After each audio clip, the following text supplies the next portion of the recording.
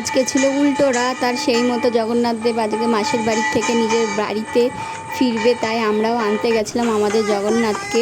আর ছেলে দেখো বাড়ির সামনে নিয়ে এসে রাখলাম মাসির বাড়ির থেকে, একটু ঘুরিয়ে তারপরে নিয়ে ঘরে তুলবো। আর এখানে ছেলে কীর্তন শোনাচ্ছিল সবাইকে, জগন্নাথকে শোনাচ্ছিল, গোপালকে শোনাচ্ছিল, আর সবাইকে শোনাচ্ছিল। সবাই ওর খোল বাজানো শোনার জন্য অপেক্ষায় থাকা। আর দেখো পাগলের মতো করছে কেমন, সবাই ওকে বলছিল খোল বাজাও খোল বাজাও। সবাইকে আর নেওয়া হয়নি ভিডিওতে, সবাই বলছিল আমাকে নিবি না ভিডিওয়, আর নেওয়া হয়নি। দেখো এখন বাড়িতে ঢুকছে আমাদের জগন্নাথ।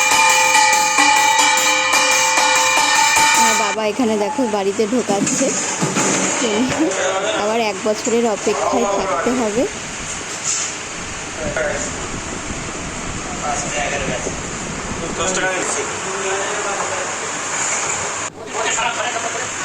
নিজে দিয়ে এসেছে, আর তারপরে একটু আরতি করে তারপরে রথ থেকে আরতি করে তারপর জগন্নাথকে তুলতে হয়। জগন্নাথকেও তাই করে, সেই মতো আমিও করলাম একটু জগন্নাথকে আরতি। আর সন্ধে হয়ে গেছিলো, সন্ধ্যেতে যে আর সন্ধ্যা আরতি দেওয়া হয় সেটা করলাম। রথে বসেই জগন্নাথকে আরতি করলাম। তারপরে জগন্নাথ দেখো তার সিংহাসনে আবার বসলো। আবার 1 বছরের অপেক্ষায় থাকবো আমরা এই রথের জন্য।